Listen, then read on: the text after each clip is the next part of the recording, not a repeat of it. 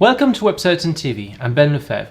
The quality of your website's multilingual content is of the utmost importance if you want to succeed internationally. Translation expert Emily Mackenzie is with me today to talk about when and how to use translation audits and what to do next if you discover poor quality translation on your website. Thank you very much for being with us, Emily. Thank you for having me. Could you tell me how can people get a better understanding of the quality of their translated content? Okay, so a lot of the time people might inherit translations from previous colleagues, or they might be working with another translation agency, but they don't really know what the quality is going to be like. So the best thing to do in this case would be to conduct an audit of the translated content. And this would just basically be taking the existing translation and reviewing this, looking for things like punctuation, grammar, syntax, any mistranslations, maybe stylistic issues, and giving it a general score. So the score will indicate whether it's of a high quality or a mediocre quality.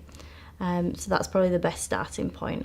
So I guess a lot of people as well would like translate content and then they don't speak the language anyway. Exactly. So that might be a good idea to have a look at this kind of audits for that as well. Always important to get a native speaker to review it, ideally a professional translator or reviewer, because they'll be very used to seeing different types of translated content, and they're the best people really to assess it from a linguistic perspective. A lot of the time as well, if it's industry specific content, it's great to get an expert in that field to review it, as they'll know things like terminology and specific style or any legal requirements that might be needed as well, so they can assess those too. I see. And in what scenarios do you really need an audit? It's mainly situations where you don't know where the translations come from. You might have negative feedback either from in-country distributors or even customers, which would be the last thing that you would want. You want to have a high quality translation to encourage people to the site, to buy from your site.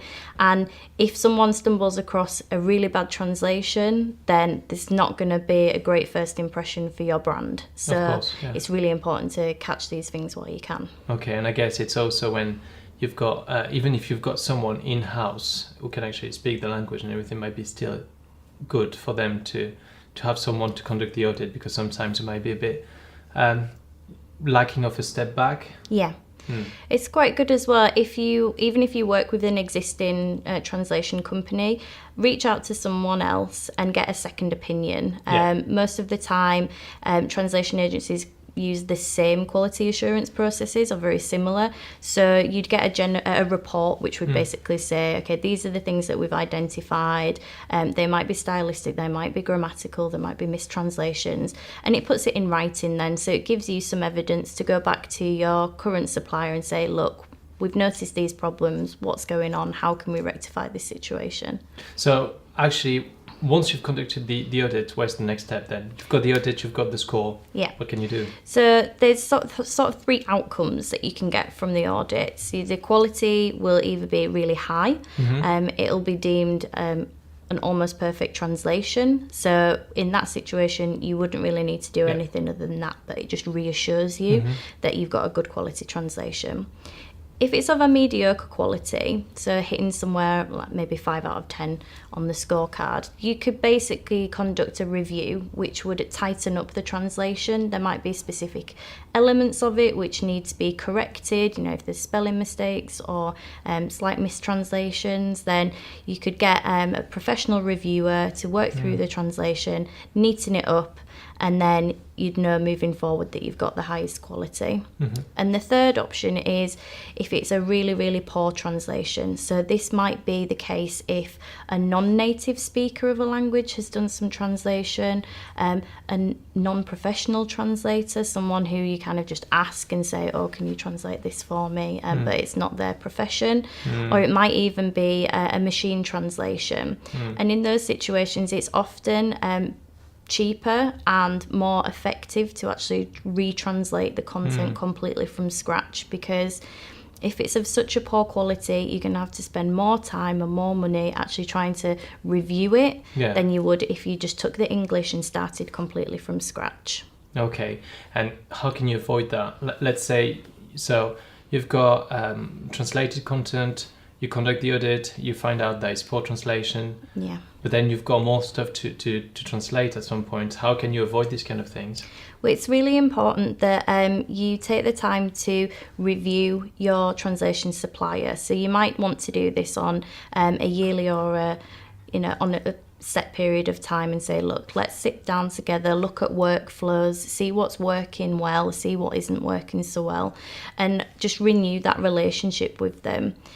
If you decide to choose to work with another translation provider, then there's certain things that you should be looking out for in the beginning. The first step would be to get some general testimonials, case studies, even references. That'll give you a general feel for the way that the agency works and the quality that their other clients are receiving.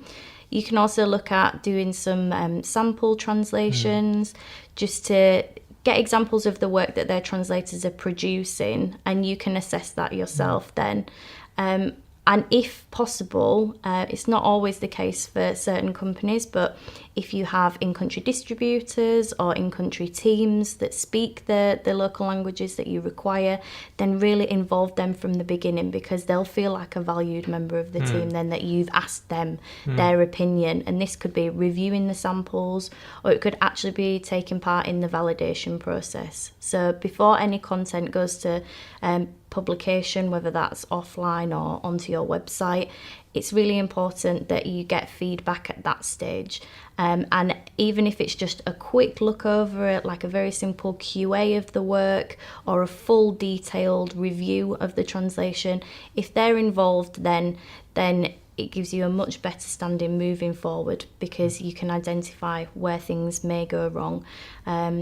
Also, terminology will be tightened up, and they'll be able to capture the style which you want for your company and your brand moving forward. Perfect. Thank you very much. Thank you.